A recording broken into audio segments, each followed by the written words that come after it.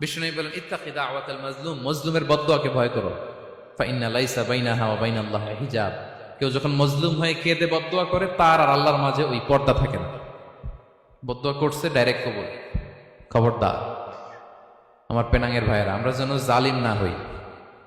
In it's any form, operation in it's any form, যেই কোনো ভাবে, যেই কোনো ক্ষেত্রে, যেই কোনো ধরনের হইতে পারে জুলুম। কাউকে আপনি ছোট্ট কোনো কাজে ঠকালেন, বন্টন নীতিতে ঠকালেন, হ্যাঁ, জমি মেরে দিয়ে ঠকালেন, আমানত মেরে দিয়ে ঠকালেন, ইন ইটস এনি ফর্ম যদি জুলুম করে থাকেন, খবরদার। মজলুমের কান্না কখনো বৃথা যায় না। মজলুমের কান্না কখনো বৃথা যায় না।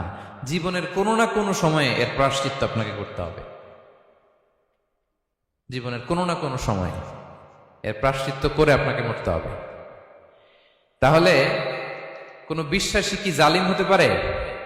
কারণ ইন্নাল্লাহা লা ইউহিব্বুল যালিমিন, আল্লাহ তাআলা জালিমদেরকে পছন্দ করেন না। তাহলে জুলুমের সাথে আমাদের কোনো সম্পর্ক আছে?